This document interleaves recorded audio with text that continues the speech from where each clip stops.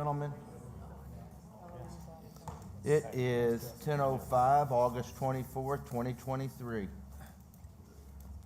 And welcome everyone to the Board of Regents meeting at the University of Houston. As chairman of the board, I'd now like to call this meeting to order. The first item listed on your agenda today is item 2, open forum.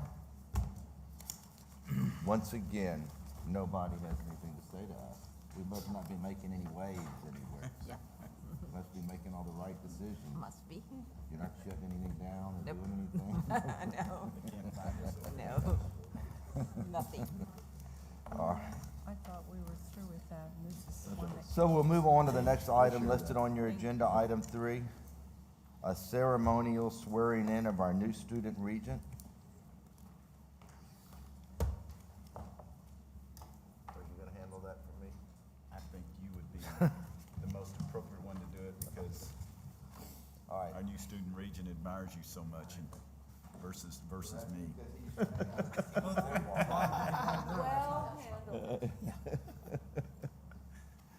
feel good to boss the chairman around.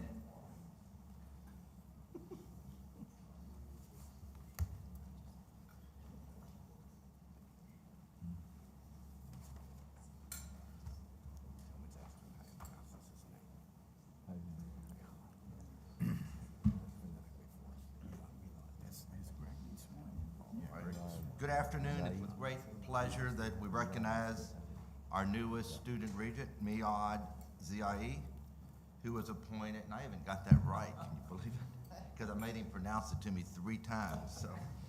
Our new appointment by Governor Abbott, effective June 1st, 2023. Mr. Ziai will please step up to the podium, and here we are. Chancellor. Mr. Ziai is currently enrolled at the University of Houston as an undergraduate student pursuing his Bachelor of Science in Psychology on a pre-medicine track with minors in biology, medicine, and society. I just like that you're a leader, that you decided to step up and do this. He conducts research relating to food access and public health at the Fertitta Family College of Medicine and with Hewlett-Packard Data Science Institute at the University of Houston. And he's presented his work at institutions like Harvard. And currently he is working with the Kennedy Krieger Institute and the Johns Hopkins School of Medicine on projects relating to healthcare access. In addition to his academic and career development responsibilities, he's heavily involved in the Houston community, serving as a membership coordinator with the UH Honors in Community Health, Tier 1 Scholar, and Houston Livestock Show and Rodeo Scholar. That is impressive. He's one of 9 regents who will serve for a 1-year term on the Board of Regents of their respective higher education systems. These university regents have the same powers and duties as other board members with the exception of voting, but we want your voice heard. We are very pleased and honored to welcome this distinguished student from the University of Houston into our ranks, and we will now administer the oath of office. Please place your left hand on the Bible. I, Miad Ziai, do solemnly swear I, Miad Ziai, do solemnly swear that I will faithfully execute that I will faithfully execute the duties of the office of Regents, the duties of the Office of Regents, University of Houston System of the State of Texas, University of Houston System in the state of Texas, and will to the best of my ability and to the best of my ability preserve, protect, and defend the Constitution preserve, protect, and defend the Constitution and laws of the United States and this state. and the laws of the United States and this state. So help me God. So help me God. Thank you. Chancellor, let's put his, here we go. Thank you, Chancellor.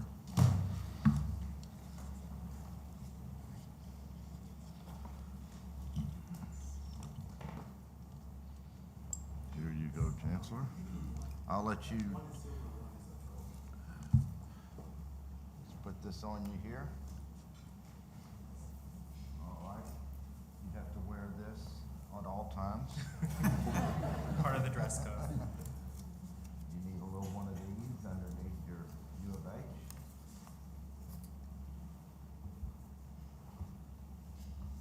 You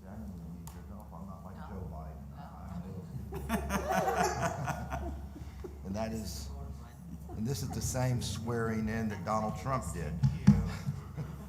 Congratulations to you. Thank you, Chairman. Thank you.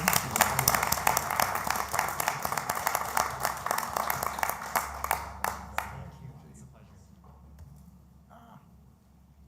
All right.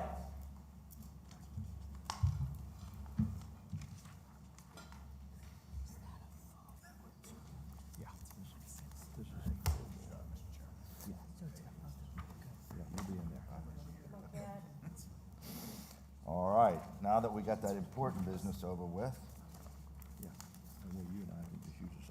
we will now continue with our meeting and move to the approval of minutes from the following meetings: May 18th Board of Regents meeting and the June 23rd, 2023 special call teleconference of the Board of Regents meeting. Has everybody reviewed those minutes? May I hear a motion to approve the minutes as distributed? So moved. Second? Thank you. All in favor? Aye. Opposed? The motion carries and these minutes are hereby approved. The next item to be addressed from our agenda today is Board of Regents 5, a presentation by University of Houston Faculty Senate President on Senate Bill 18, University of Houston. Dr. Gronza, Faculty Senate President at U of H, will you please present your remarks? Thank you, Chairman Fertitta. Board members, I appreciate these moments to speak with you today. My name is Susie Gronseth, and I am a full clinical professor in the College of Education. My expertise is in how technology and instructional design can innovate education. I'm also the current Faculty Senate President at the University of Houston, which is an elected body of about 150 faculty senators from across all colleges and the libraries. The central function of the Faculty Senate is shared governance, voicing faculty perspectives in decisions and policymaking at UH. I thank you for your attention in shepherding UH and the UH system, and I want to use these moments to preface the proposed revisions to BOR Policies Section 3, Academic and Student Success. While I speak on the behalf of the UH Faculty Senate, I also want to acknowledge the tremendous efforts of the Faculty Senate leaders at UH Downtown, UH Clear Lake, and UH Victoria, who have facilitated the faculty voice during the proposed policy revisions this summer. Senate Bill 18 amends the Texas Education Code with the definition of tenure and requirements for higher education institution governing boards to adopt policies and procedures for granting tenure, dismissing faculty, and conducting post-tenure review. The bill specifies that, quote, the governing board shall seek advice and comment from the institution's faculty before adopting any policies and procedures under this section, end quote. I will share with you the UH Faculty Senate's efforts in working with General Counsel to address this expectation. Last month, General Counsel generated a redline version of the proposed revisions, which the UH Faculty Senate sent to all full-time UH faculty. Faculty feedback was received July 13th through 21st through a Microsoft form and email. UH Faculty Senate leaders reviewed the comments and identified major themes primarily noted in two sections: 21.07 faculty dismissal and 21.11 faculty performance evaluations. These comments highlighted tensions between the policy language and desired specificity. For example, there were questions regarding the definition of unprofessional conduct as a cause for dismissal, with many concerned about the potential for harmful interpretations on academic freedom. Faculty also identified differences between SB 18's mandates and UH's enhanced performance evaluation policy, our post-tenure review policy that was developed through extensive faculty engagement with senior administration and just approved by this board last year. For example, SB 18 specifies that unsatisfactory performance in any area of the evaluation would trigger the next step of a short-term development plan, whereas the UH policy states that the trigger is unsatisfactory performance in either research or teaching areas in 2 out of the 3 years of annual performance reviews. A number of submitted documents comments described rationales for post-tenure review processes that could view performance for more than a single year. So due to the time constraints imposed by the need to be in compliance with SB 18's September 1st effective date, the extent of faculty advice and comment attained during this short feedback period was limited.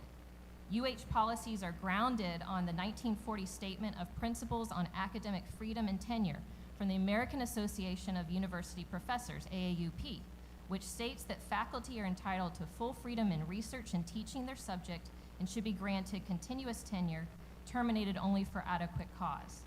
The AAUP guidance on substantive grounds for dismissal is also helpful in clarifying how terms like unprofessional conduct and similar would be defined in this policy and to assure faculty that they would not be applied arbitrarily or capriciously.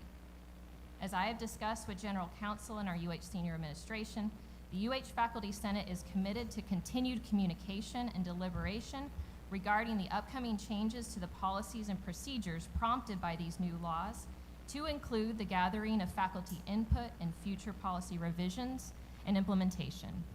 Thank you. Thank you very much. So you didn't even need 5 minutes, you only needed 4. You did very good. I'm happy to take any further questions. Nah, does anybody have any questions?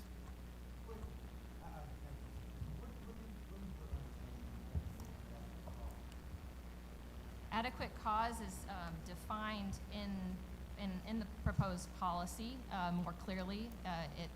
It's also defined in the AAUP termination and discipline documents, which General Counsel has been discussing with us, and so I think that she will elaborate further later in this meeting. Doctor, tell us, since you're the Faculty Senate President, tell us a little bit about yourself real quick. Sure.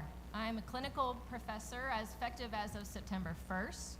I just went through the promotion cycle for non-tenure track, full professor.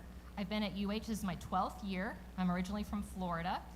My area is in instructional systems technology, which is all about how we can design and create educational programs and experiences, informal and formal, and so in the classroom and outside, to support student learning in varied context. So I started out in instructional technology using things like projectors, smart boards, computers to engage learners at elementary level, and then I've kind of expanded into other contexts like corporate training, medical education, and so on. Interesting. So 12 years at U of H. This is my 12th year, so I've Right. completed 11 years, yes. Congratulations, we appreciate it. Thank And you. Congratulations on being elected Faculty Senate President. Thank Quite you an very honor. much. Look forward to hearing from you. This item was presented for information only and no further board action is required. Section 3 is next on your agenda, our committee reports, which list the board's consent docket agenda items. These items have been considered and unanimously approved at each of our board committee meetings, which were held earlier yesterday. Pursuant to board bylaws 6.9, any regent may request that an individual item be removed from the board's consent docket agenda and addressed by the full board.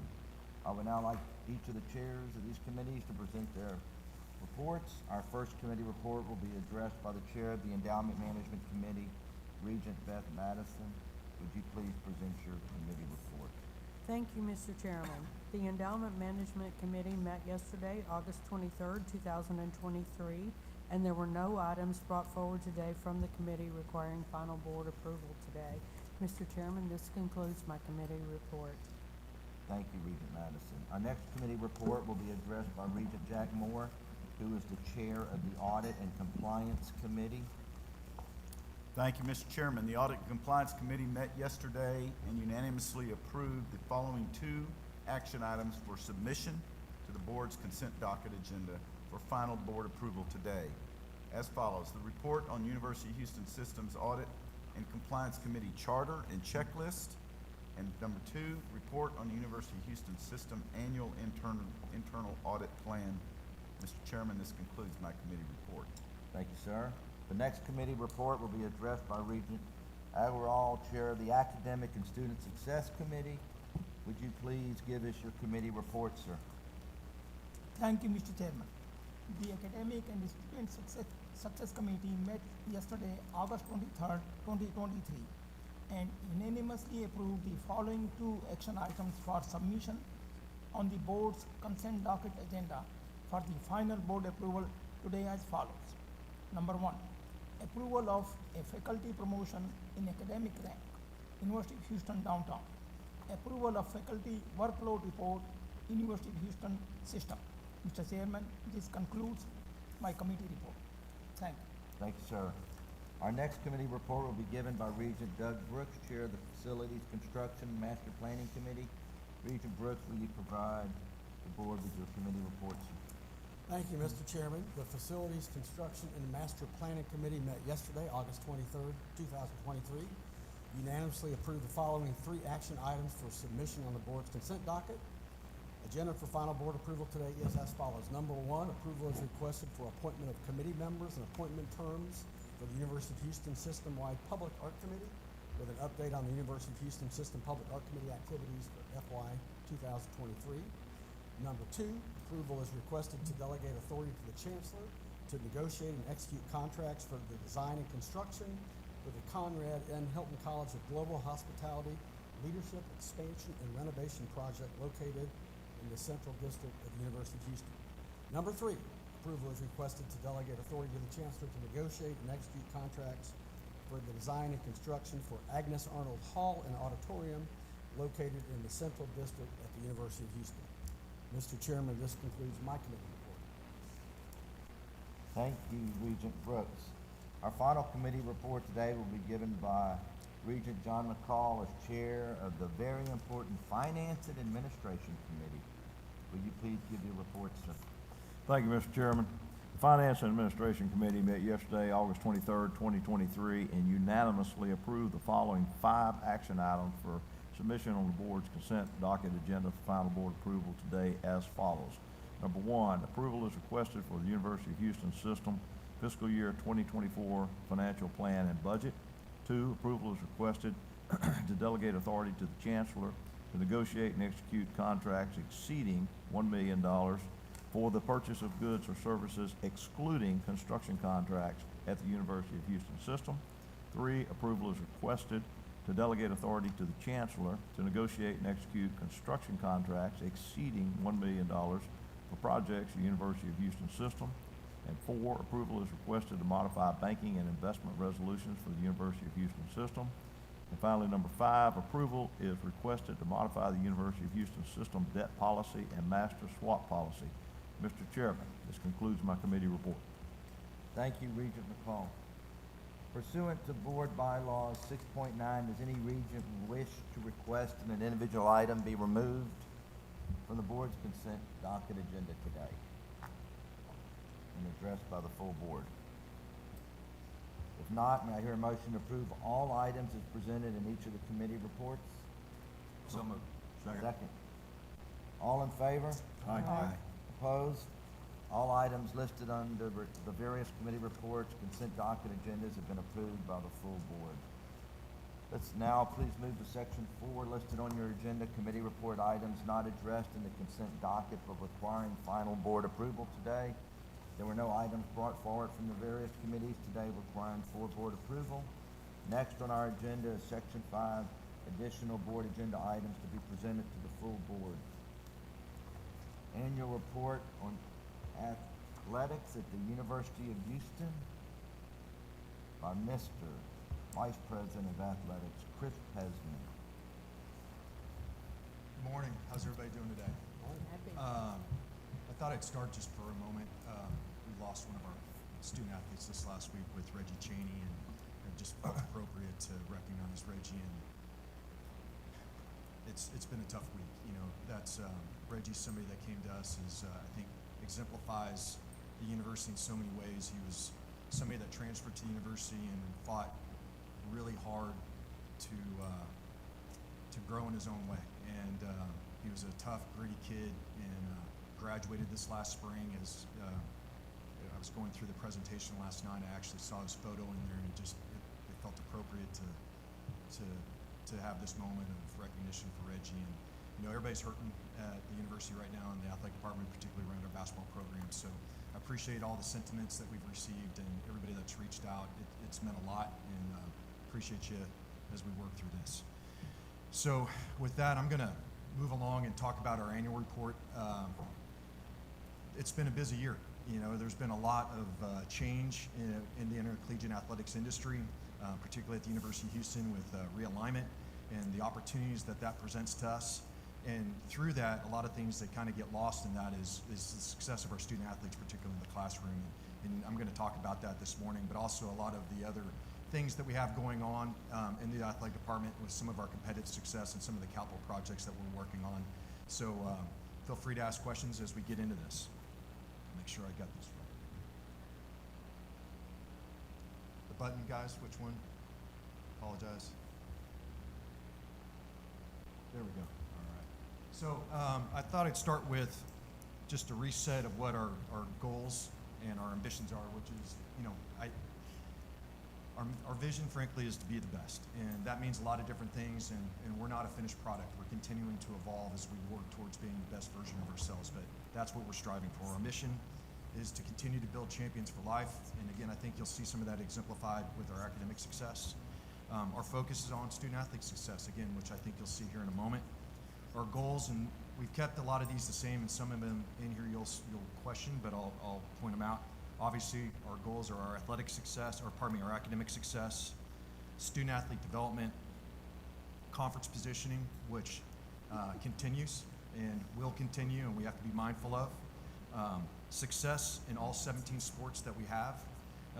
Revenue generation and fan attendance, which has been a particular point of interest for us as we try to take maximum advantage of this move into the Big 12.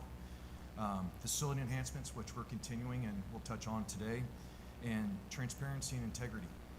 That's something that's really important, particularly in today's environment, as we've seen other issues that have arisen at other institutions. Try to make sure that we do everything we can to have open doors and transparency so that there aren't any ever questions about the way we're operating or what we're doing. And also the opportunity for our students and our faculty to have open engagement about the way we're operating. We don't want there to be any veil of secrecy or anything like that around athletics. We work very hard to make sure that that relationship exists. All of my direct reports have dotted lines to somebody across campus, so that way there's ample reporting opportunities for anything that they feel maybe, as we like to say, unethical, unlawful, or inappropriate. You know, it allows us to work through the system to make sure that there is that transparency and integrity.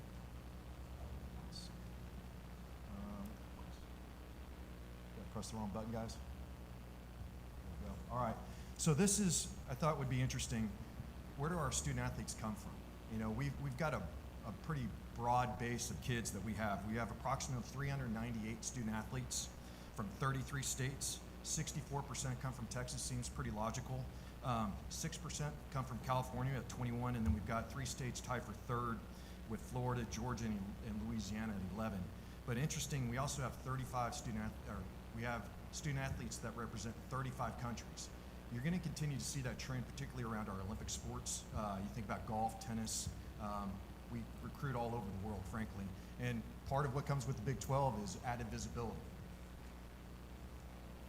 You guys, let's just go. This is the breakdown of our student athletes of their degree programs, and also the breakdown of student athletes by class. Previously, you've seen this report, and we've had about between 430 and 450 student athletes. What you're starting to see now, and this comes out of COVID, was there was a superset of what we called super seniors. And those were kids that got an additional year of eligibility because of COVID.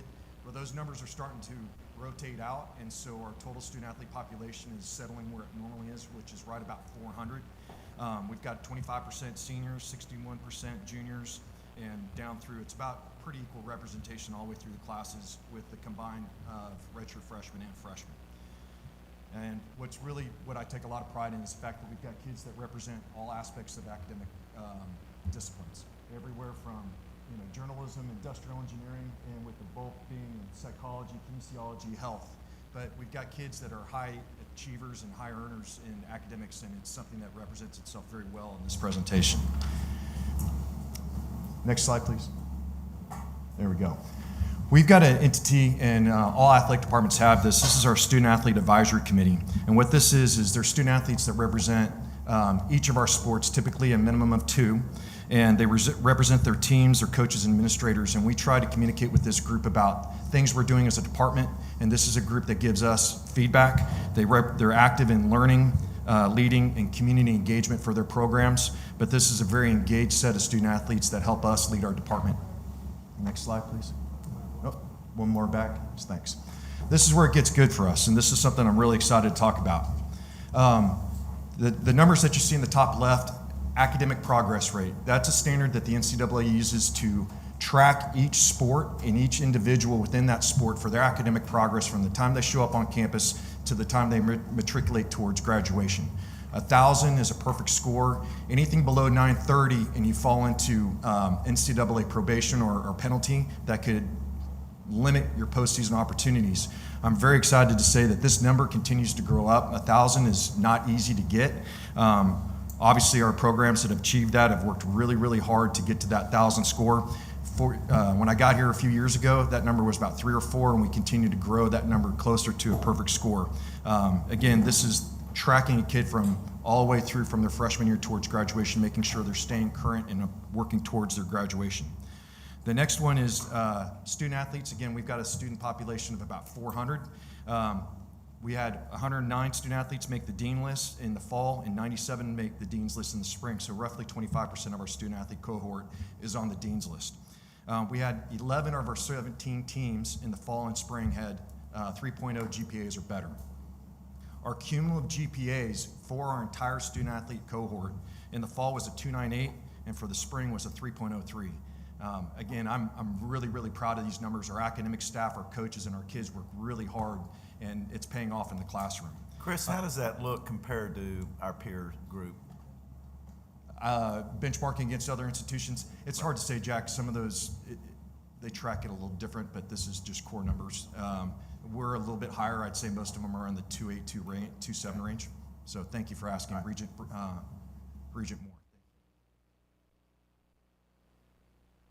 Our GPAs by sport. The ones that particularly stand out to me are baseball and swimming, because those are larger team sizes. You're looking at 30 to 40 kids in each one of those programs. But again, having a 3.15 in baseball and a 3.10 in women's swim with the number of head count they have is really impressive, but not taking away anything from cross country or golf or other programs. And lastly, we had 14 kids in the fall and 19 in the spring with perfect GPAs. Next slide, please. We had 178, so basically half our department made the American Athletic Conference all academic teams. So those are kids that made a 3.0 or better. So 178 of our student athletes that participated and played also had a 3.0 or better. Next slide, please. Thank you. This is what gets really important, graduating our kids. We had 65 of our student athletes graduate this last spring. And again, as I was mentioning earlier, at the top in the center, it just worked out that Reggie was up there. And something that means quite a bit to us, because at the end of the day, what we're here to do is help graduate these kids and help set them on a path to be better versions of themselves in that next phase of life, and it's something that we're very, very proud of. Next slide, please. All right, athletic success. We had a great year last year in many aspects. For the 8th consecutive year, we won 4 more conference championships in the American, and we're the only school that's done that in the American. We had championships in volleyball, men's basketball, swimming and diving, and men's golf. And frankly, we left a couple others out there that I really thought we were going to win, particularly with track. And women's basketball had a chance to win at the end, and we just didn't get it done. So I expect that number is going to be, as we transition to the Big 12, winning conference championships is going to be a heavy lift for us. What we're talking to our coaches about is position themselves to get to the postseason and then build from there. Now, one thing I'm particularly proud of is over 17 sports, 12 of them made postseason play within the NCAA tournament. And then for those sports that have the opportunity to compete as individuals, we had 33 individuals make NCAA postseason play. We had 73 American Conference All-Players and 16 All-Americans. In final rankings, men's basketball finished number 2 in the AP, 6 in the USA Today, and something that we're really excited about is our women's volleyball team finished 17th in the country. They started the season ranked 19th. They placed Friday during Cage Rage over in Fertitta Center against USC, who's also ranked. We have high expectations for our volleyball team as we transition to this year. They've got a lot of really great excitement and momentum. Next slide. This is just a quick shot of some of the sports that we have in success. Obviously, football winning the bowl game last year, volleyball making the Sweet 16, the Sweet 16 run by men's basketball, men's golf winning the American Athletic Conference Championship, which, frankly, I was surprised. We've got a really good golf program. That was the first time we'd won the conference championship. We've always made postseason play, but we haven't won conference, and so I was really excited to see us do that. Cross country making regionals, and then swimming and diving, which has won conference for 7 years in a row. We've got a newer head coach. She's been our head coach for 2 years, and she's been coach of the year twice and won the league twice. So she's off to a great start. Next slide, please. These are individual awards that our student athletes won in the American. We had 12 student athletes that were recognized for some level of outstanding performance, anywhere from player of the year to sixth man of the year to most valuable player of the year in their different sports. And we had 4 coaches out of our 17 programs that were named coaches of the year. Again, I think that's something to be very proud of, the percentage of coaches that we have that are achieving at that level. Next slide, please. These are individuals that won, that were recognized for All-American status. I know it gets a little wordy between the American and All-American, but this is a national award.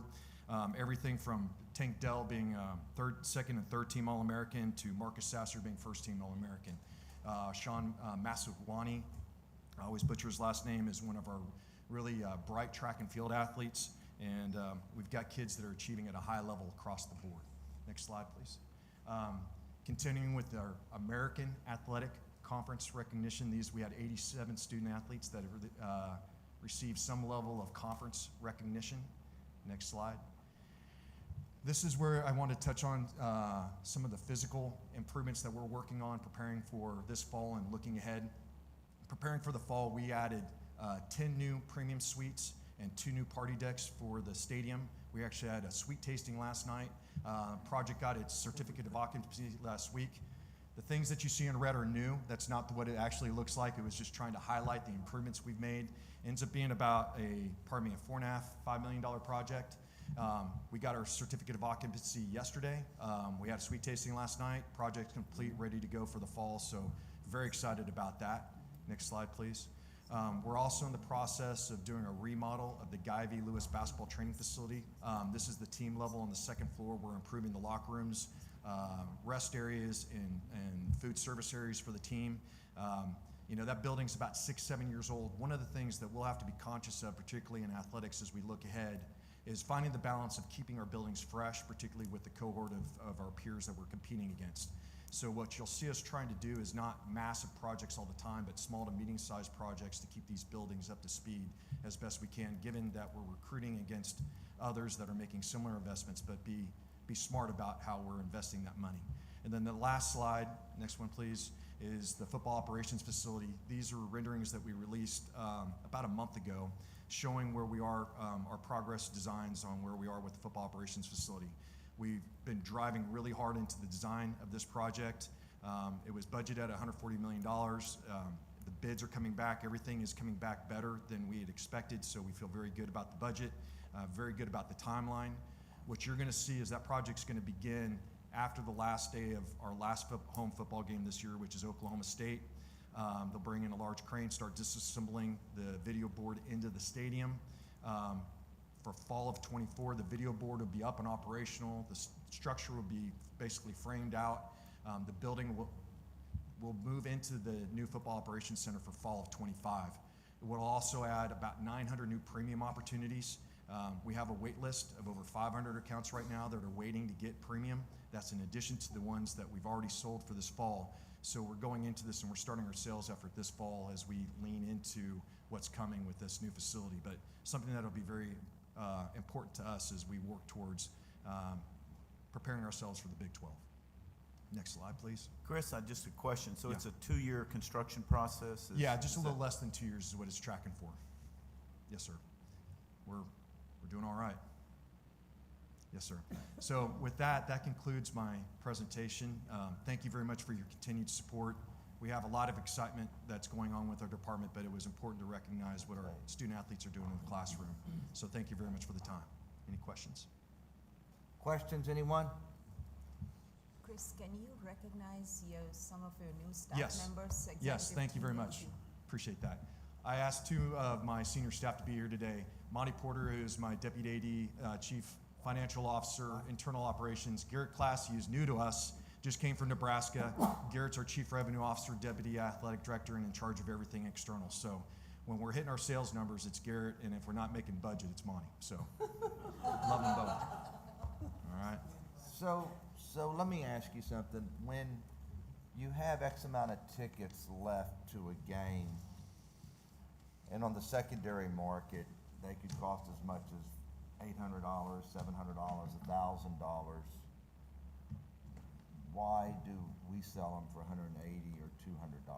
Do we just feel like that we just can't go to the market with a $700 or $800 ticket at the end? Well, I mean, we actually do a lot of research and data search and see. Q. Last year, really benchmarked us against the other professional teams, other sports teams in the market. We set it based on their recommendation. Like for basketball, we went up over 50% this year in pricing. So I think with football in particular, it's a little bit difficult because you do have some. Excuse me, you do have some games such as Sam Houston State that there isn't that same amount of interest, and so. You know, we do the variable pricing where we price the Texas game much higher than those other games. We're factor in the pricing, but I think a lot of that has to come in stages too. You can't just press the fan base as much as possible right now, and we're building up to charge what the market rate is going to be.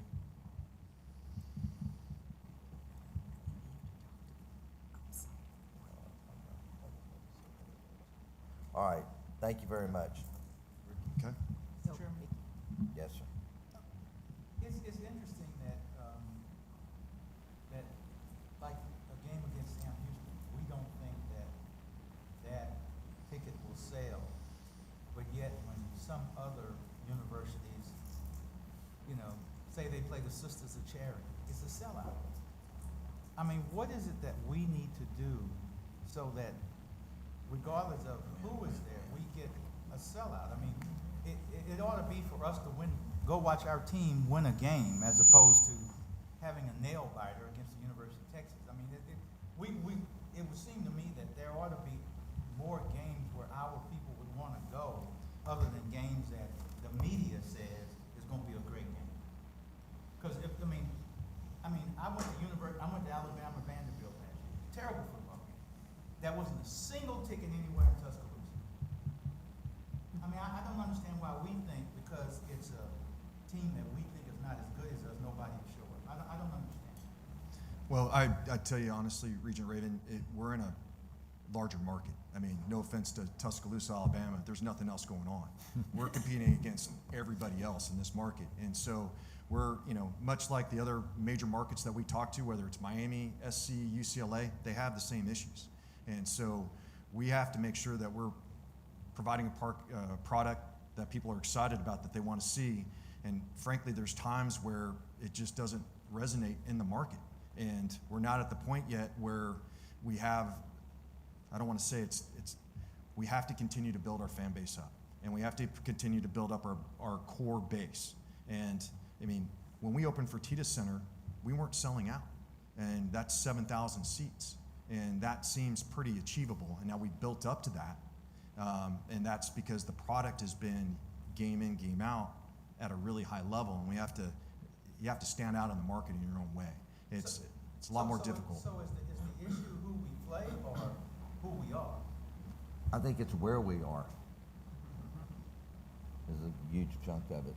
Being in the city of Houston, that there's so many different choices to do. Do I want to go to a play? Do I want to go to something that is going on in town? Do I want to go to a football game, a basketball, or a baseball game this weekend? We had a couple of Thursday night games where we think we have our specific audience, but in the last 5 to 7 years, there was a night that the Astros were in the playoffs, the Rockets were playing, and the Texans were on Thursday night football. Yeah. And yet we thought, boy, this is going to be great when the season starts because we're going to have Thursday night and we're going to own it. I think that's happened to us twice in the last 7 years. And it's you're in a big city and all big cities struggle. Ultimate winning changes that. There's also a lot of Sam Houston fans. We specifically went into a rebuild at the Rockets, though, 3 years ago. And the one thing I told my president was, I want butts in the seats. I never want a fan to come though and not feel the energy. So I don't give a damn how you do it, whatever you do it. I don't care about the revenue. I want butts in the seats. And I think if any of y'all went to a Rockets game in the last 3 years, when they weren't playing a top-tier team, there was always still energy. I think that that's something that we could work on a little bit with all the high schools in this area, is doing different things and different groups and different and you take your sponsors and you do something for their employees. You have sponsors that have thousands and thousands of employees. And every night that we needed to fill seats, I let all my employee base of 10,000 could apply and get a Rocket ticket, because I always wanted that energy in the building. I think that's what we're doing is making a big step. I understand all the headwinds that Chris has. I think we could just do a little bit better job of putting butts in the seats, and I think you're putting a team together that is very capable of doing that now. Yeah, as we sit here today, we're at 33.5 for UTSA. 2 years ago, we wouldn't have been able to do that. It just wouldn't have been possible. Shouldn't it start off with alumni also, like, on the map, we have a lot of UH alumni. Yeah, but it's hard to, They've never been invited to come here and see what they think Right, we're still. yes, could you sit there and send out an email to all alumni and say, there's a $5 upper level ticket tonight, Or even go to the Regis where there's alumni, invite them to come in. Once they come once, it's a totally different campus. People do not like going to a sporting event where there's not fans in the seat, no different than you like going to a restaurant that you're the only person in it. And you have to create energy however you have to do it. Don't worry about the revenue all the time. Sometimes you'll get the revenue later, but you've got to create the energy. And I guess to that end, from the perspective of students, right? A lot of us have jobs, homework. So how do we bring students to those seats? Is it through, I know we have discounted tickets for students and opportunities in social media. What other efforts can we do to bring students to those seats so we can kind of raise the priority of athletics so we make time for it, right? As opposed to the other responsibilities we have. I'm going to be very blunt with you. Getting students to game has not really been a challenge for us. Really? In fact, during basketball, we allocate 1,000 seats to students. They don't pay extra to come to the game. It's in their student service fee, so they don't have to pay. They just have to go in, log in, get their ticket, and come. Our student basketball, you can't get in. And to the point we set attendance records was because we were able to shoehorn extra students in towards the end of last season. Same thing for football. I'm not overly concerned that students are going to show up. What I'm trying to figure out is how do we manage the Texas game or the TCU game where we're sold out, and I want to let extra students in over that 5,000 to try to continue to build that relationship with students. And Dan, I don't know if you have, anything you want to add, but Garrett, do you want to touch on that as well? Yeah, we're putting a lot of resources in Gene to help market to students everywhere. And we're investing a lot in digital marketing, especially students. They want a notification on their phone in the morning about the hour before the game. So, as Chris said, the students show up. They've been a great supporter of us, but even Cage Rage, like they're going to get a notification on their phones right before the event, so it's instantaneously, so they know. This generation, they need to know right now. They don't plan until the day of. Then I think also we're investing a lot of resources in the fan experience. When the students and families and whoever comes to the game, whether the team wins or loses, they need to have a really good time. And so we're spending a lot of resources in customer service, concessions, in-game environment. And so you're going to see a little bit different environment this year doing stuff around the actual in-game experience. Sounds good. Anybody else? Chris, thank you. We know it's going to be an interesting year, and we appreciate all your hard work to get ready for this year. And Thank you all very much. thank you all very much. This item was presented for information only and requires no action by committee. Do you need my negotiating team anymore that I put together for you in case you need these two? You don't need to negotiate anything?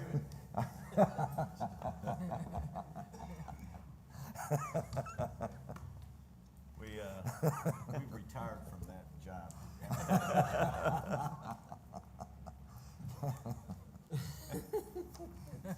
That was a good job. next on our, obviously that's an inside joke to some of us. All right, next on our agenda is BOR 7, update on Senate Bill 17, DEI, compliance, implementation, University of Houston system is the next item to be presented for board information. Ms. Donna Cornell, Vice Chancellor for Legal Affairs and General Counsel, would you please present this item? Happy to do that. So I want to first kind of give you a general overview of what the legislation said, and this is really broad. This is open. Is it close enough? Okay. Pretty broad. This is what we've heard a lot about in the media about the diversity, equity, and inclusion initiatives at public institutions of higher education. Turn her microphone up a little bit, please. Oh, hit the button. I think it was on. Hello? I saw the green Okay. light. All right. Gotta get it close to her. Yes, okay. So we, the essence of the Senate Bill 17 in a very broad base is we cannot have hiring or employment with regard to race, sex, color, et cetera, consistent with the law. So that has frankly been the law for a long time. Title VII, the Texas Commission on Human Rights Act, we don't discriminate in hiring or employment. We do not provide different benefits based on protected classifications. We cannot have policies and procedures in that same regard. And now they're having the involvement of the general counsel, and I have to send policies and procedures to the coordinating board. I have to send trainings and other activities also in this regard to the coordinating board. So we will be evaluating all of those items across the system. We've had policies for a long time with regard to anti-discrimination, so that shouldn't be anything new to anyone, as you can well imagine. We cannot now use DEI statements in hiring, so you can't say, for example, commitment to diversity in your hiring documents. We cannot mandate DEI training. There are exceptions, exclusions, which I think are pretty important. This doesn't cover academic course instruction, so on the academic side of the house, people can continue to do what they need to do and teach what they teach, even when it involves diversity, equity, and inclusion. It excludes scholarly research. You can continue to do research work with regard to DEI. Registered student organizations, so our student organizations can continue to do that kind of work.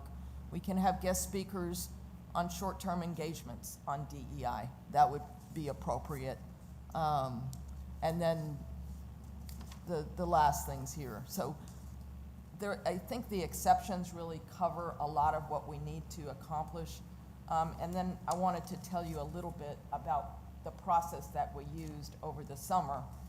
This passed at the end of the legislative session. This bill is actually in effect January 1, but as you'll recall, in the Appropriations Act, there's language there that says that we can't spend money on DEI activities starting September 1. So it's a little bit different. This is also incredibly important for the board because at the end of each fiscal year, the board will have to certify compliance to the legislature each year. You will be audited every 4 years by the state auditor on compliance. So we set up a plan. I met with every campus. I talked to faculty senate leadership. I've talked to a lot of people. I met with the general counsels of all the different systems in Texas. We typically meet quarterly. We probably met every 2 weeks over the summer so that we would have consistency across the state and how we're approaching everything.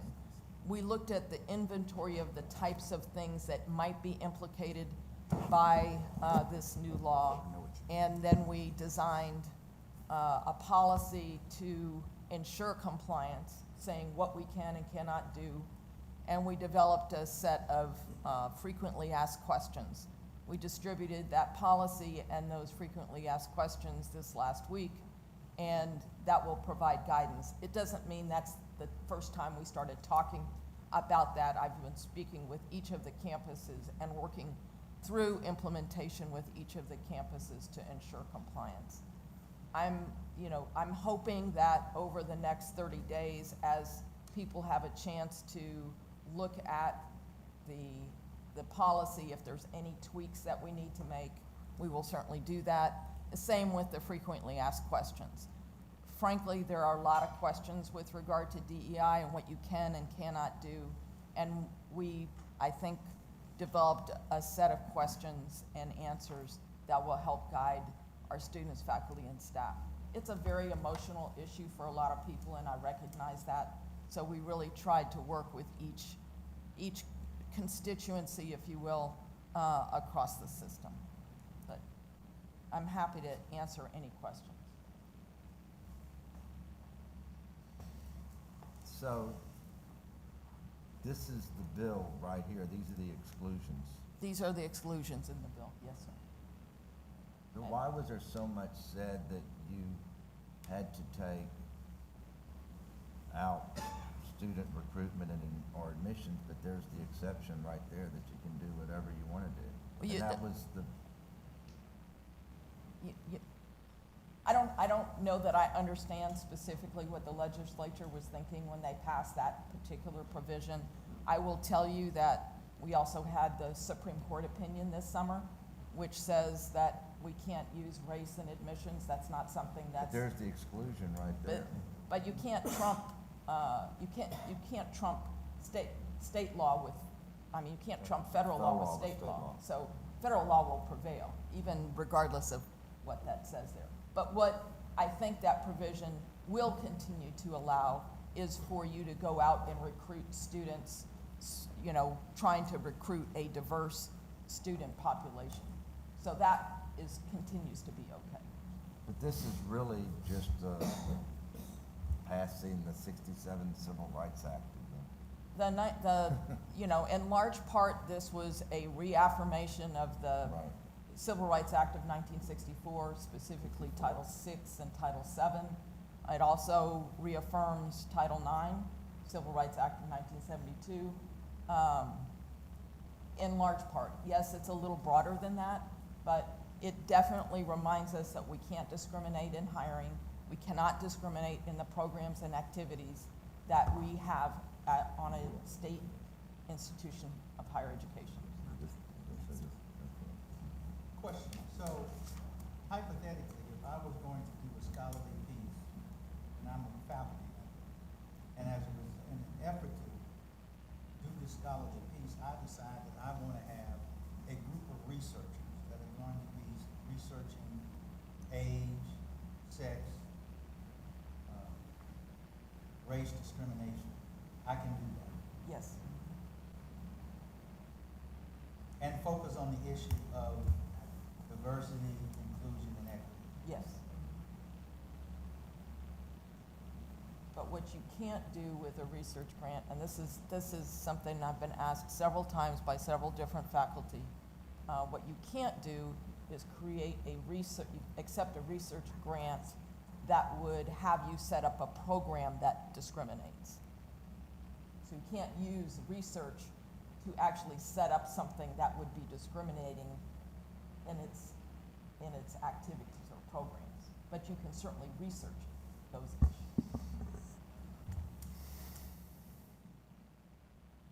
Interestingly, many of the federal agencies require a DEI statement from institution before they will accept a grant application. So in those cases, we can provide, right, a DEI?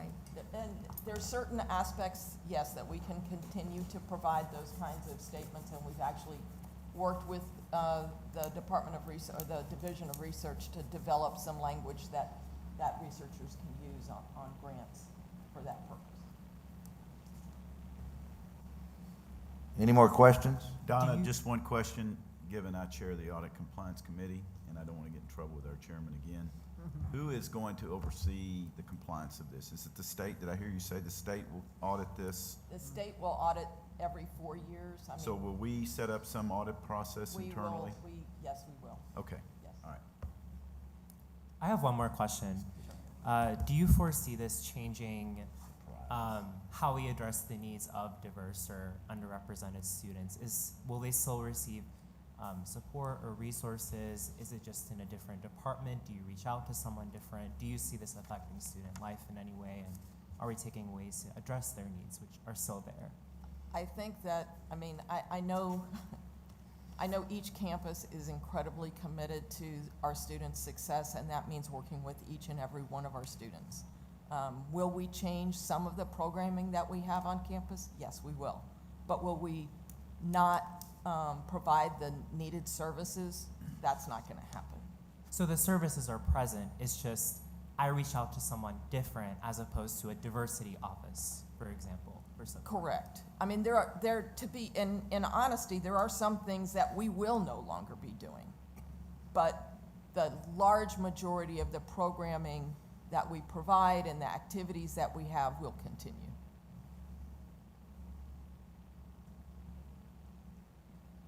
Thank you, Mr. Cornell. This item is presented for information only and no action is required. Next on our agenda is BOR 8, another one, approval of Senate Bill 18, tenure, board policy revisions, University of Houston system. Will you please present this? Whoops.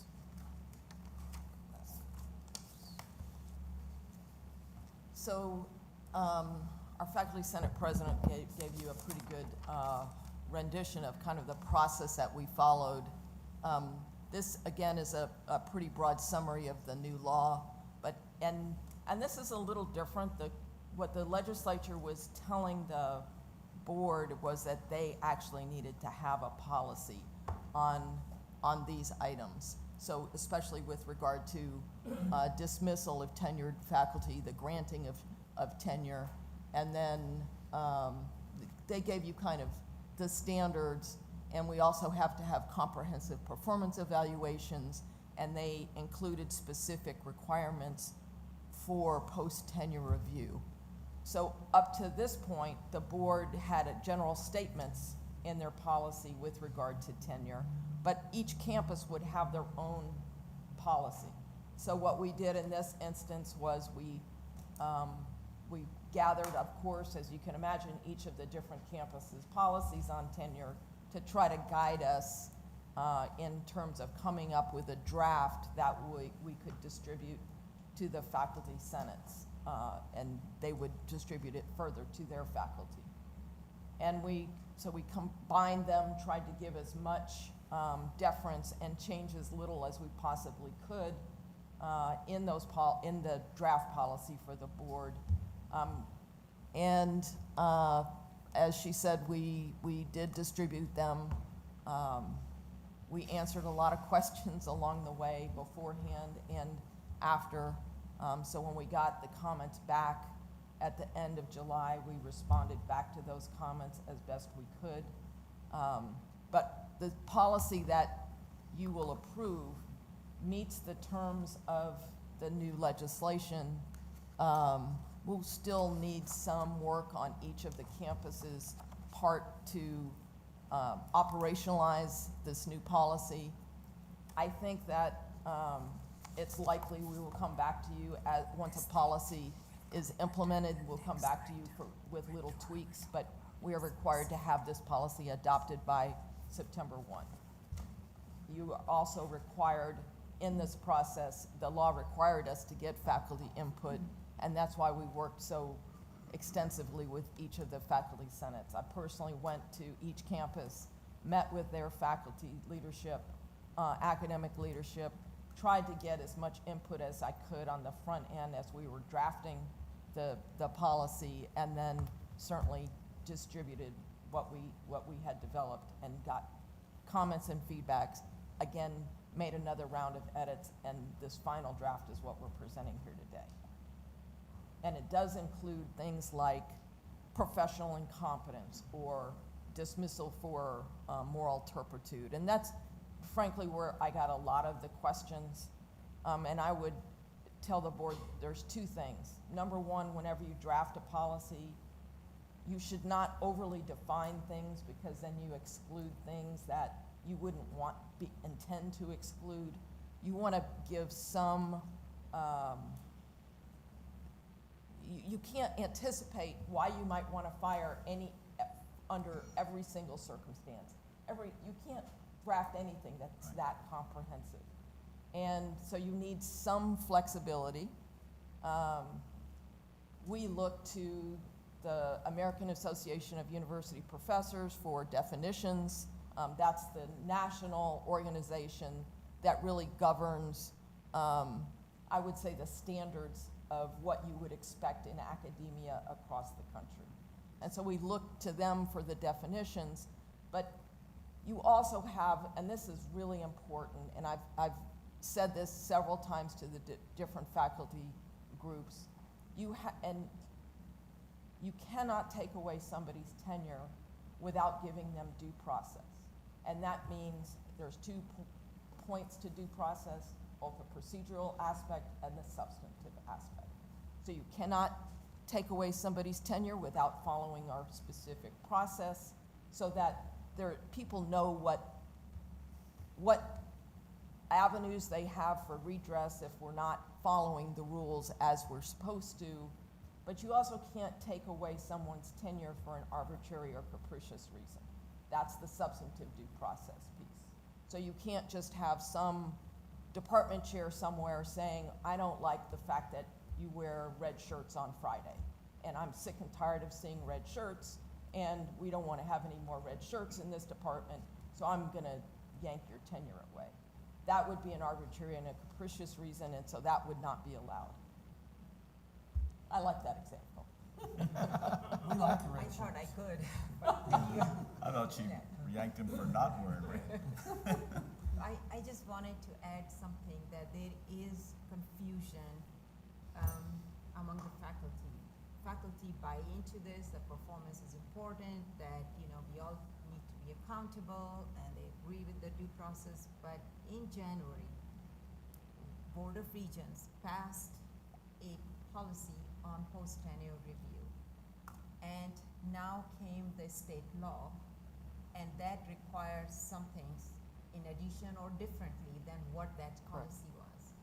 So the confusion is very natural, which is we just did this, we went through the whole process of consultation, and we just passed this, and now we are changing it.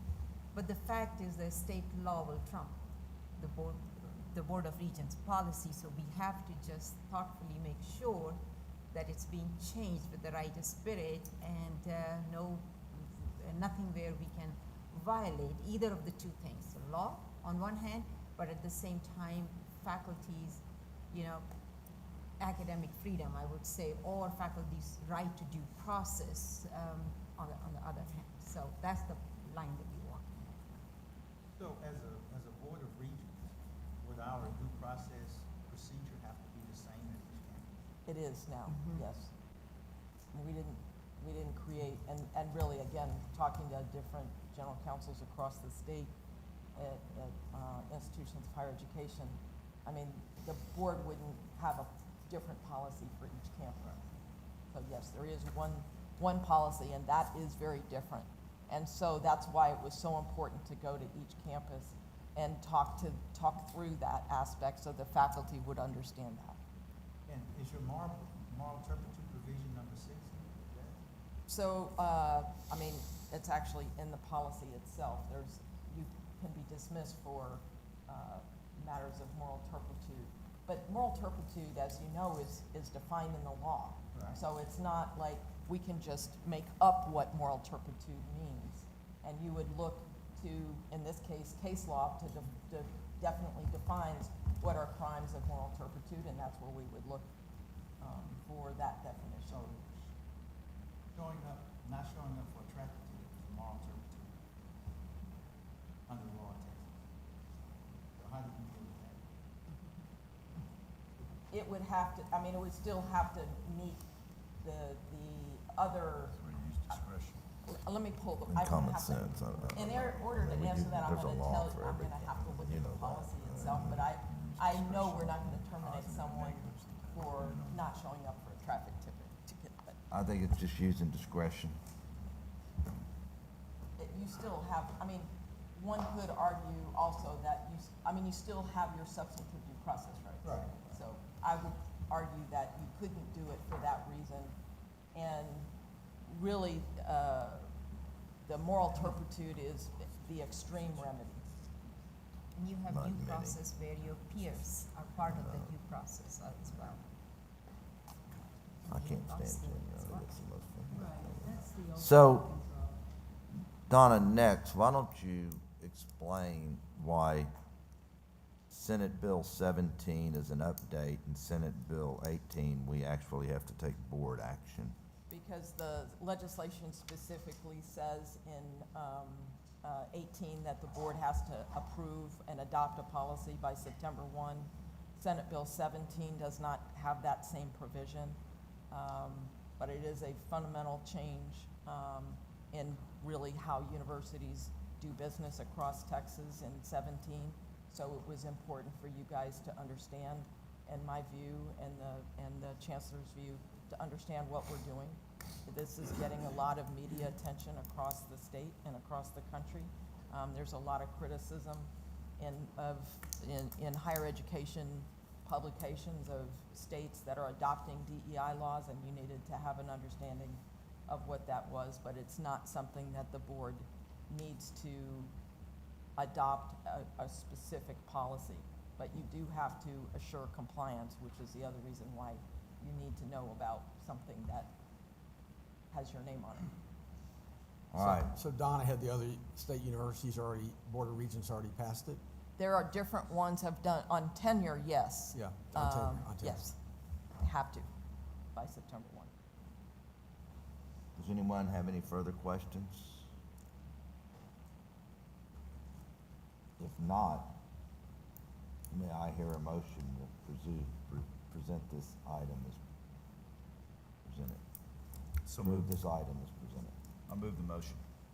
Second. All in favor? Aye. Opposed? This item is hereby approved. Bill 18. Next on our agenda is Bill R9. Approval is requested of the proposed revisions, updates, and University of System Board of Regents policies. Is the next item to be presented to the board. I know you're excited to talk about policies again. I know this is like your favorite subject.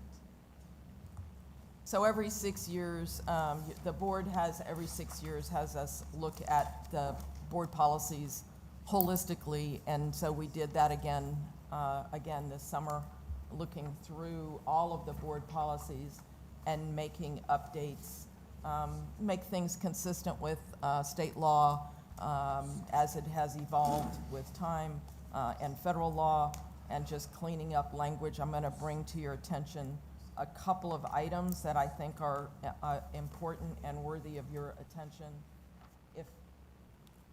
Do y'all have okay, so on the first one I wanted to bring to your attention is on page 9. It's policy 03, equal educational opportunity. And this is one where there was a version of this in another section of the board policies, and we moved this one up, and we strengthened the language to affirm the commitment to an environment for students, faculty, and staff to be free of discrimination and harassment. It affirms your commitment to Title VI, where all programs and activities are open to all without regard to protected status. So this really is a general board policy, certainly in line with what you would expect to determine compliance with Title VI of the Civil Rights Act of 1964. The next one I would bring to your attention is 2103 on page 15. And this is the board's policy that has been the policy since long before I came here. this is your board policy on academic freedom. And this is, this language comes in large part from the 1940 Statement of Academic Freedom from the American Association of University Professors.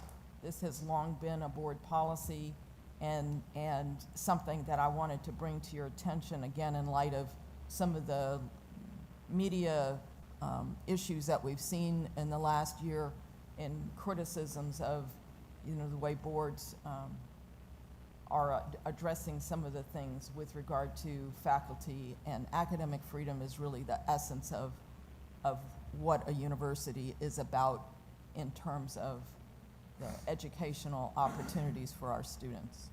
And so that I just wanted to bring to your attention the fact that this policy is there and that how important it is, and the board is reaffirming its commitment to academic freedom.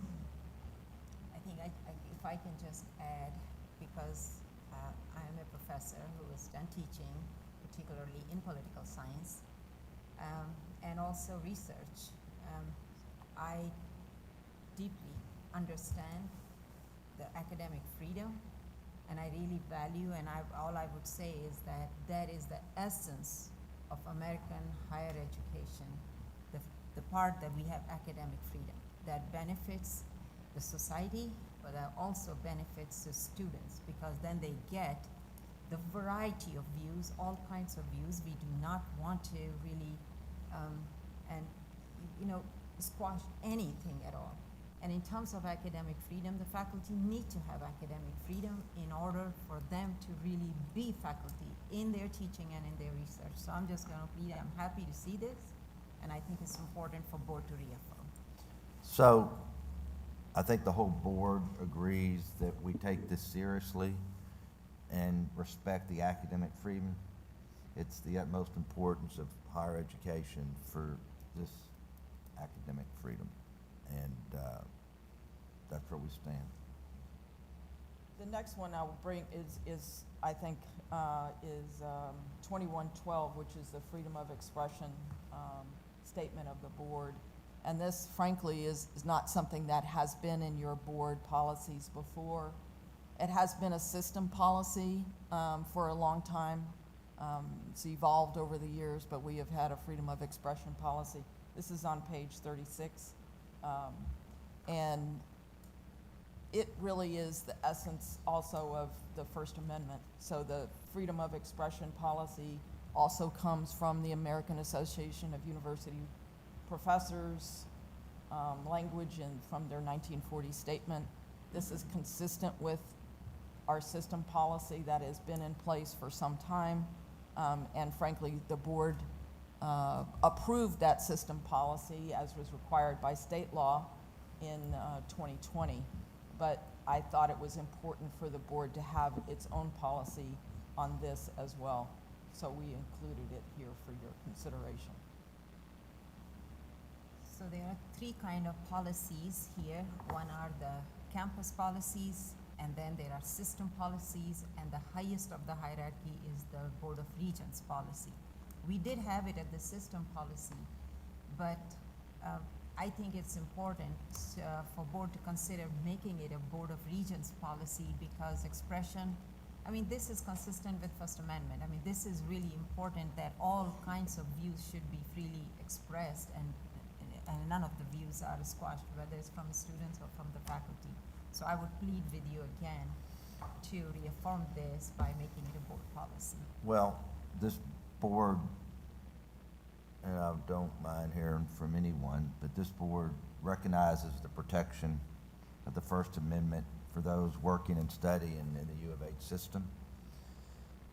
This is incredibly important for a state institution of higher education. And you have to have the protection of First Amendment rights. And I think I speak for the whole board here. Any comments?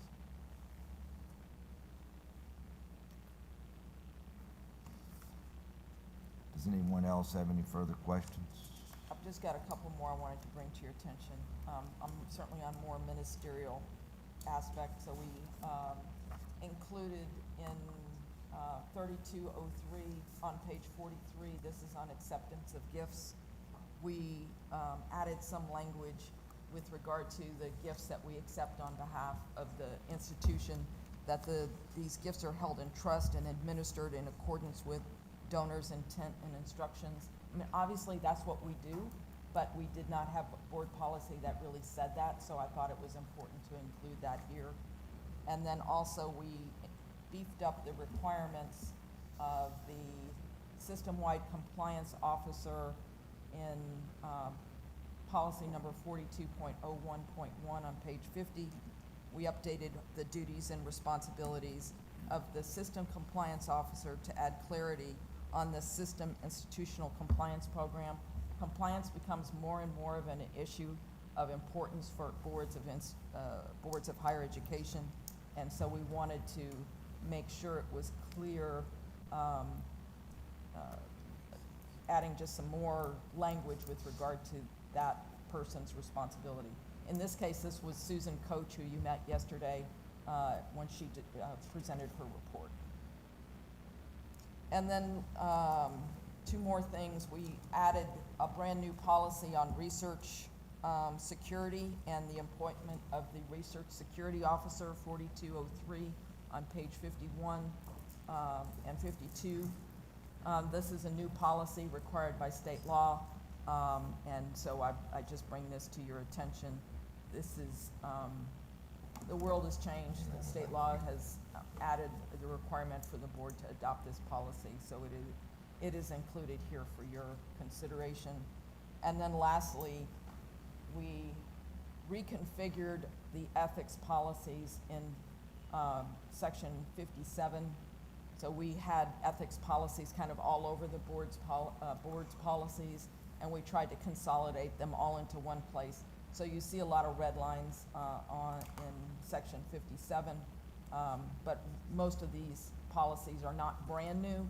It's just more so reorganized. But I thought it was important, if you wanted to understand the totality of all of the ethical policies that we had them in one place for the board. And that's what I have on board policies.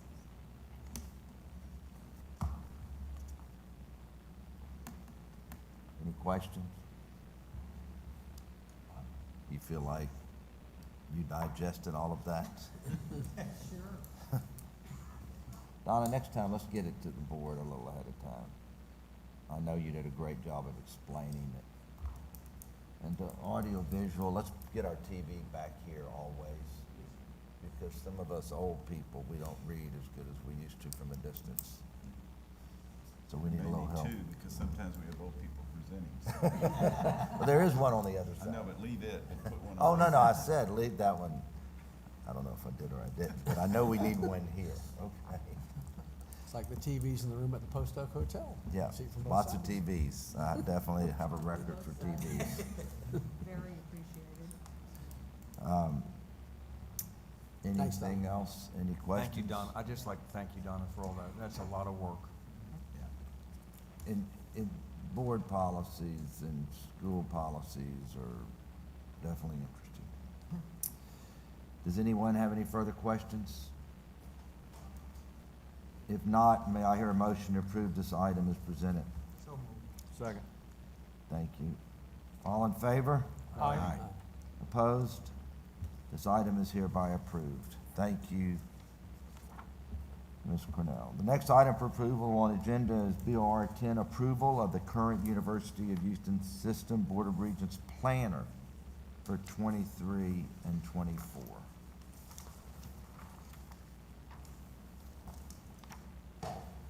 The planner is in front of you. What we do is we track everything, as you can imagine, all the things that are necessary to bring to the board and when they are to be brought, so that we don't miss anything. When we update it every once in a while, when we realize that an item should be brought to the board at a different time, and so this is just an update. But we track it against, obviously, our policies and state and federal law.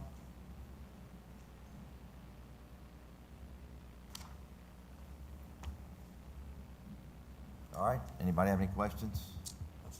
May I hear a motion to approve this item as presented? So moved. Second. All in favor? Aye.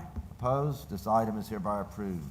The next item for approval on our agenda is BR 11, approval of proposed calendar of dates for the 24-25 University of Houston System Board of Regents Committee Board meetings.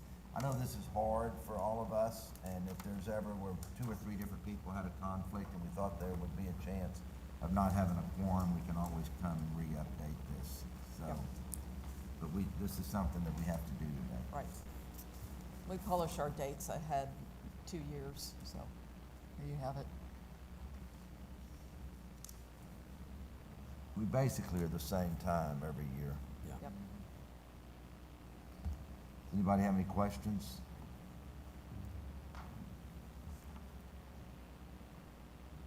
If not, may I hear a motion to approve this item as presented? So moved. All in favor? Aye. This item is hereby approved. The next item for approval on our agenda is BOR 12, which is probably the most important thing today. A resolution in honor of Marquette Hobbs' service to the Board of Regents, University of Houston System. Yes. Marquette.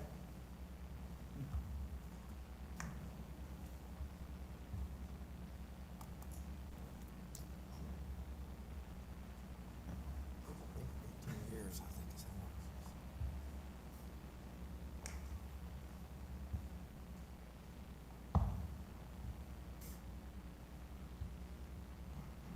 Get over here. What's Prairie View's colors? All right, thank God you didn't have your purple and gold on then today. First off, Marquette has supported the University of Houston Board of Regents office for 19 years. She joined the organization as executive secretary in 2004 and was promoted to board coordinator in 2012 and has been around through my whole tenure of regents and as chairman, and just does a magnificent job, and will be extremely hard to replace. We haven't even decided where we're going to look for a new Marquette.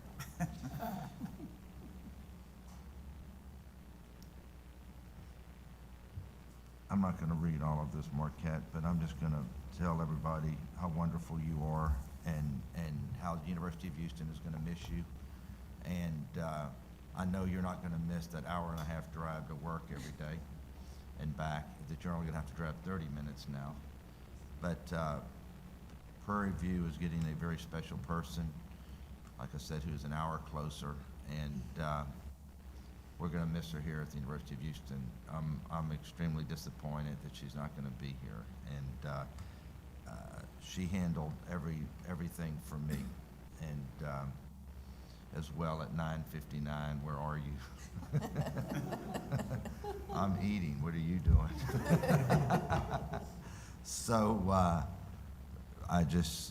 this is a true, we do these resolutions of appreciation, but this one really means something, and not just to me, but to all the Board of Regents that she has served in the last 19 years. So we truly, truly appreciate you. We only wish the best for you, and we hope it doesn't work out there, but it's okay.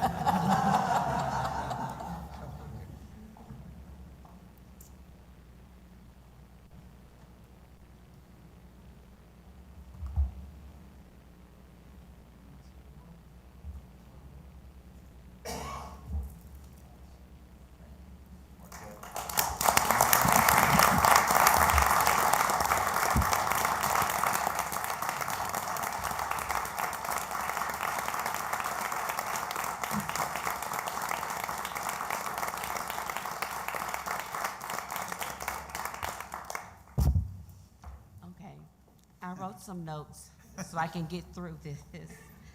But thank you. I have been enormously blessed over the past 20 years. Having had the opportunity to work with some of the most influential people in Texas and in the world, when I moved to Houston in 2003, I started as a temp in July of 2003, and I worked all over campus. And in 2004, February of 2004, I started as a temp in the Board of Regents office, and I got hired on by Chair Morgan O'Connor, September 27, 2004, and I've had the opportunity to work in the board office my entire career. When I started, my babies were in the 2nd grade, 4th grade, and the 5th grade. And since I've been here, they've all graduated college, one being a 2020 UH grad. And I was able to go back to school and obtain my degree. And I graduated summa cum laude from University of Houston downtown last year. Because I'm mama, and I gotta be better than the kids, right? I've had the opportunity to witness some wonderful things on campus. Most importantly, I had a front row seat when the Board of Regents at the time made the bold decision to hire Chancellor Renu Couture. I remember when they walked out of the office of the interview, and they were like, Marquette, she is just like, because they had someone else in mind, honestly. And she wooed them. She wooed them. No, she just did it. And they would say, she is just amazing. And I remember the chatter. I remember how the campus was before she came, and I remember how the campus is now. I remember when she established Cougar Red Fridays, which I love.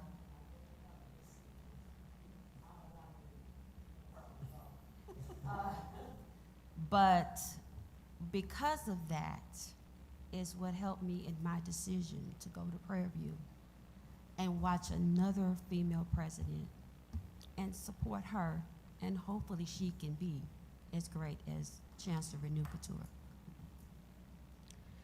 I am so happy that I got a chance to have my last board meeting here.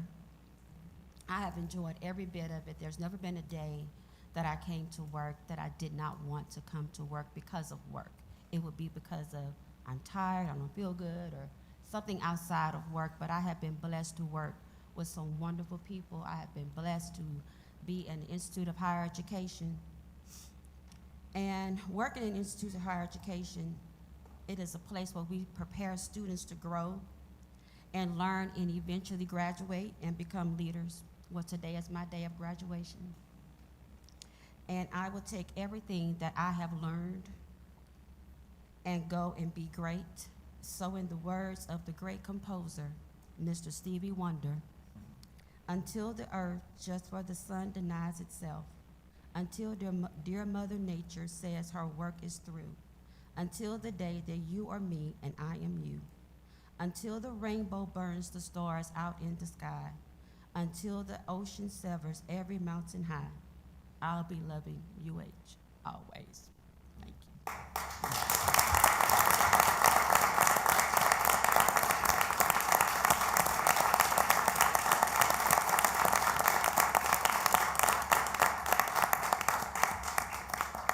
Marquette, I'm sorry to disappoint you, but I have not signed your papers yet, so I don't know if you can even leave, but you've been awesome. Thank you so much for being here, and we'll miss you, but you can always come back wearing red here.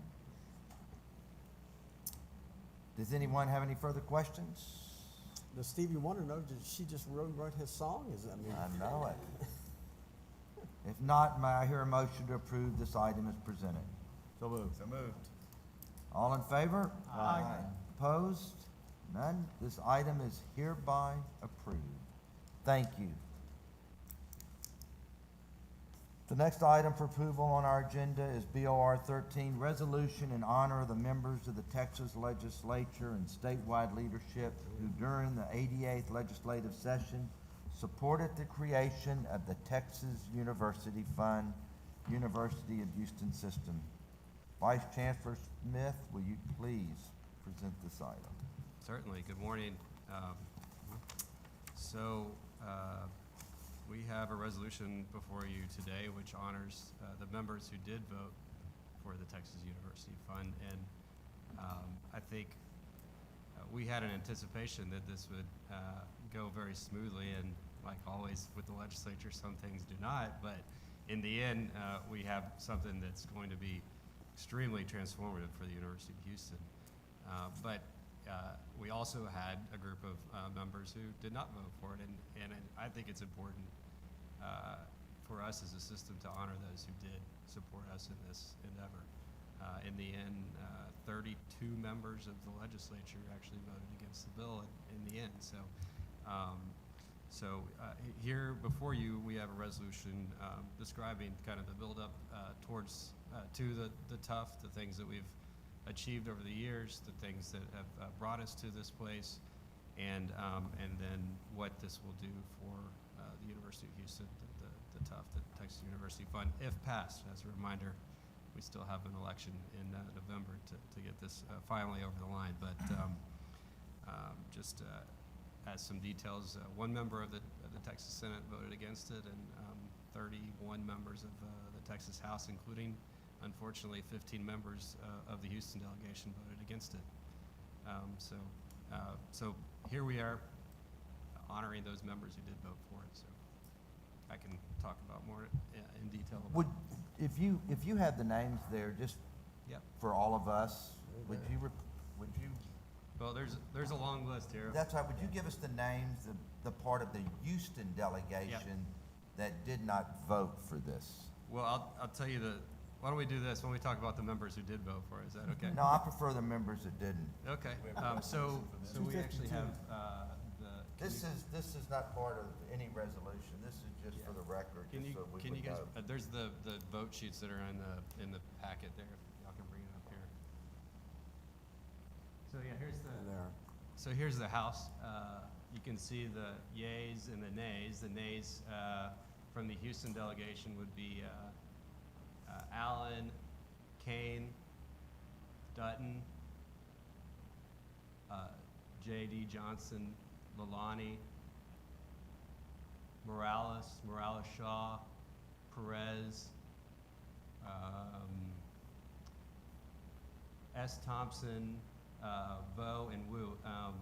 You actually have to go down in the statements of vote also, because you see there in nays, you see Sean Thierry voted against it, but then she changed her vote down below in the statement of vote. You can, once the vote happens, you can change your vote afterwards.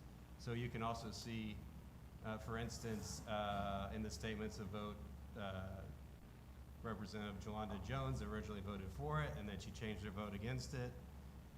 Ron Reynolds from the Houston delegation originally voted for it and changed his vote against it too. What's really disappointing is some U of H graduates did not vote for this. And sometimes I think that what happens I'm going to give some of these people the benefit of the doubt that maybe they didn't know what they were voting on. So. That's even more insulting. Yeah. Took it that way. No kidding. Anything else, sir? No, sir. No, we are very grateful for Texas University Fund, and I just want to thank, of course, all the support, but the members of the legislature who recognize that how transformative it would be for not just University of Houston or Houston, but also for the state of Texas. And I want to acknowledge also our government relations leadership, Jason, as well as the team. I think we worked very hard, and I'm glad where we are, but the Proposition 5 is still ahead of us. The work is still ahead, but once it's passed, it would be transformative. So I'm very grateful, very thankful on behalf of all those who are students today, who were students, and who are going to be students for this bold action. A lot of people worked really hard on this, and Vice Chancellor Smith tremendously worked hard on this. Our lobbying team of governmental relations team of Robert Miller and his firm, even Jared Scruggs who heads my team, was very much involved in this. Great team effort. Absolutely. It was a team effort. A lots of folks involved. So if anyone has no further questions, can I have a motion to approve this item as presented? So moved. Second. All in favor? Aye. Opposed? This item is hereby approved. They want to speak.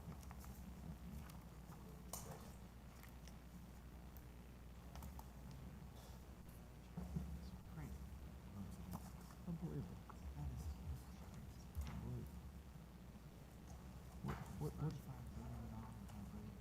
What district does Hall represent the same? Yeah, I guarantee you, a lot of these are just in the back pocket of Texas. You know, they're gonna vote against it, so they can go say, see, I was trying to protect you, Hallmark of Texas. Been overcoming these shit now for 28 years. Thank you. Yeah. It makes no damn sense, but they will, I guarantee you a lot of this is just to show that you see, I'm all for you. So maybe kiss ass for them.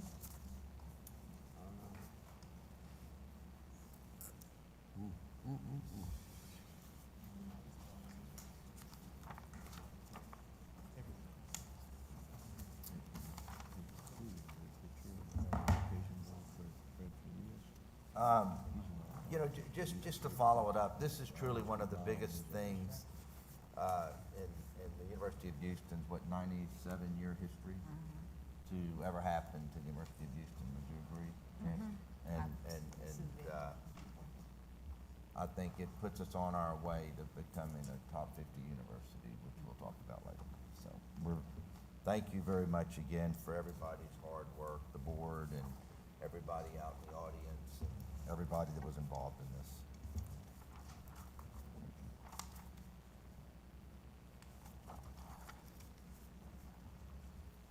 All right. I think all we have left is the chancellor's report. We'll give you a chairman report. Okay. All right, we'll now move to Section 6 on your agenda is the Chancellor's report. Dr. Couture, would you please give us your report? Yeah, thank you, Mr. Chairman. First of all, on behalf of the system, I'd like to bring to your attention this one sheet that is in your packet on both sides. What this is the entire profile of University of Houston system by numbers. And it will tell you how many students we have, how many employees, what's our budget, how many faculty honors we had, and what are the special things about each of our campuses, and how we make an impact on our region and in the state. So this is your cheat sheet in case you are talking, which I know you are talking about the University of Houston system. Now coming to what's happening on at each of the university. I'll start with University of Houston. Jack Zhang, Associate Professor in the Department of Information Science Technology at the Cullen College of Engineering, received a $10 million award from the U.S. Department of Transportation. He will lead the Transportation Cybersecurity Center for Advanced Research and Education, known as CyberCare. The center includes consortium members from across the nation with the goal of helping to prevent potential cyber attacks that could threaten the safe and efficient movement of people and goods, both in the US and globally. There is a newly established UH Directorate General for Hydrocarbon Center for Hydrocarbon Exploration. Here is a partnership between University of Houston and the Indian Ministry of Petroleum and Natural Gas. The center features a geoscience data repository and software for interpreting crucial exploration and production data. It also possesses in-depth knowledge about India's sedimentary basins and fields. So the companies, instead of flying to India now, they can actually come to the University of Houston and they can look at the opportunities or the data or all of the information. Building on its legacy of success, UH entered the Big 12 Conference on July 1. Today, the Big 12 Conference has expanded to 16 members, making it among the top 3 athletic conferences in the US, both athletically and academically. 5 of the institutions in this newly configured Big 12, which is now actually Big 16, are also the members of the highest academic power conference, I would say, which is AAU, or Association of American Universities. Houston track and field juniors, Sean Masvani and Davian Wilson, both medaled and broke school records at the NCAA championships. The Houston men finished the championships with 17.33 points, the most points earned by the Cougars since 2019. Now let's go to University of Houston Clear Lake. In June, UH Clear Lake joined the First Scholars Network for 2023-24, one of 76 new members selected by the Center for First Generation Student Success. This highlights UH Clear Lake's dedication to improving first generation college student learning experiences. In July, UH Clear Lake hosted more than 100 academic leaders from across Texas at the Texas Academic Leadership Academy. This is the first time a Houston area university has hosted this leadership academy. The event granted UH Clear Lake access to academic leaders statewide, showcasing its essential role in Texas's higher education landscape. A lot is happening at University of Houston downtown. UHD receives $635,000 from C.T. Bauer Foundation, and this has gone to the Marilyn Davies College of Business. The funds support the Ted Bauer Undergraduate Business Scholars Program. Since fall of 2019, the C.T. Bauer Foundation has generously supported UH Downtown students with the Scholars Program, in many cases helping students to graduate early and debt-free. UH Downtown art professor Floyd Newsom's retrospective evolution of site is being displayed at the Madison Museum of Contemporary Art until October 8, 2023. The exhibit reflects his 50-year career, including his paintings and models of his public art commissions. Newsom has taught at UHD for 47 years, co-founded Project Row Houses, and is an advocate for Black art and culture. His art is found in various public institutions, including the Museum of Fine Arts, Houston. Giselle Oviedo, a first-generation student and junior UH Downtown's Fine Arts program, recently finished her mural, Reaching Up, on a wall of, Zydeco Diner, at the corner of Louisiana and Pease Streets. She joins more than 24 muralists featured the Downtown Houston Big Art, Bigger Change initiatives. At UH Victoria, the registered nurse to Bachelor of Science in Nursing program at UH Victoria recently received accreditation from the Commission on Collegiate Nursing Education. This program originally was accredited in 2018 for 5 years, underwent an extensive review process to earn accreditation until the end of June 2033. To introduce students and prospective students to experts in the cybersecurity field, UH Victoria hosted the inaugural Meet the Employer Cybersecurity and IT Career Pathways panel at UHV at Katy.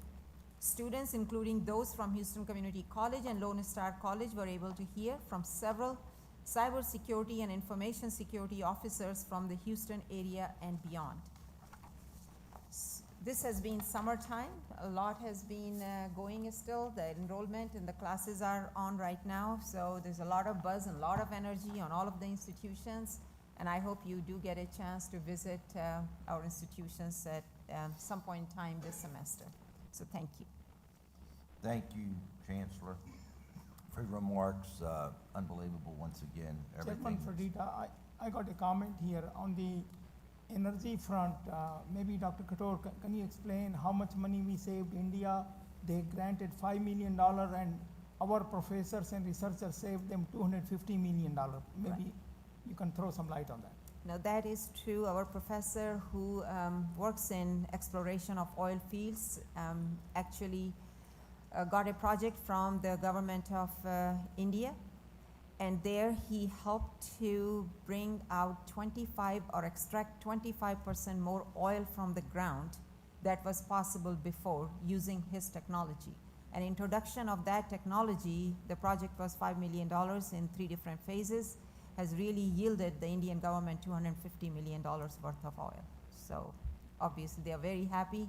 I think University of Houston really does a great job. Yeah, they had never given money to anybody for research. This is the first time they gave $5 million. I had met the petroleum minister several times in India and here. Next time. Next time we will do it. Anything else? Thank you. Anything else? Thank you, Madam Chancellor, for your remarks. I would now like to move to our executive session. The Regents will now go into executive session pursuant to sections of the Texas Government Code listed on page 4 of your agenda. Thank you. Oh, look out.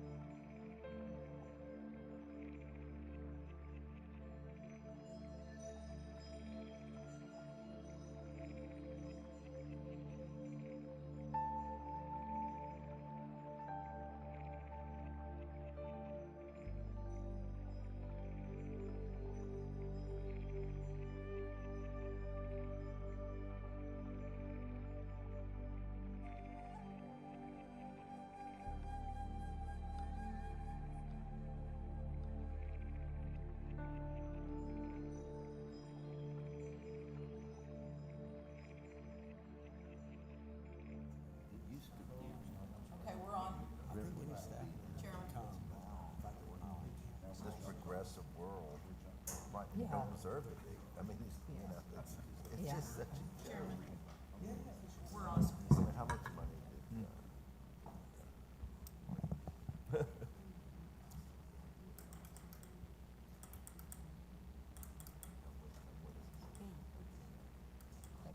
I think everybody's here.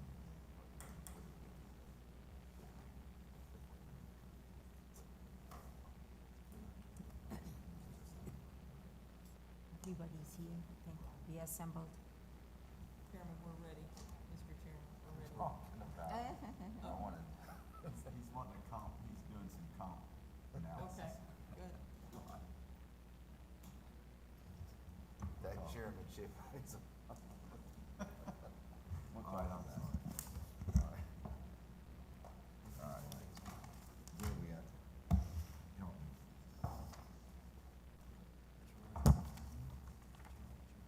All right, here we go. Thank you, sir. Bottom, page 16. Yeah, I'm already not missing Marquette. I've got you. All right, I'd like to reconvene the Board of Regents meeting. The Regents met in executive session and conferred with the General Counsel. No action was taken in executive session.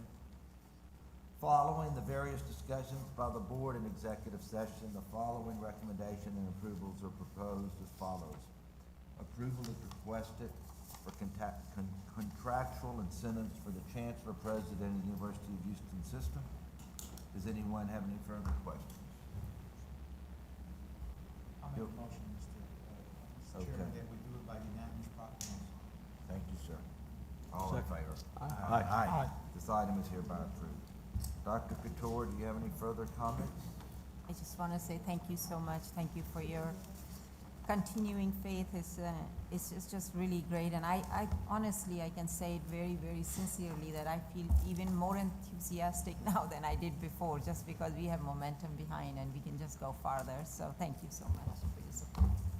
We'll have lunch in this room right here, 30, 40 minutes, and then we'll go right into our retreat, which is it downstairs or is it upstairs? No, it's downstairs. It's right toward the end, closer to the bathroom. Good. Thank you. Move, Mr. Chairman. Oh, the retreat. It's not in this No, one. not in this room. All right, we adjourn. Yeah, that's why. I just Everybody. We're just getting closer and closer to the door.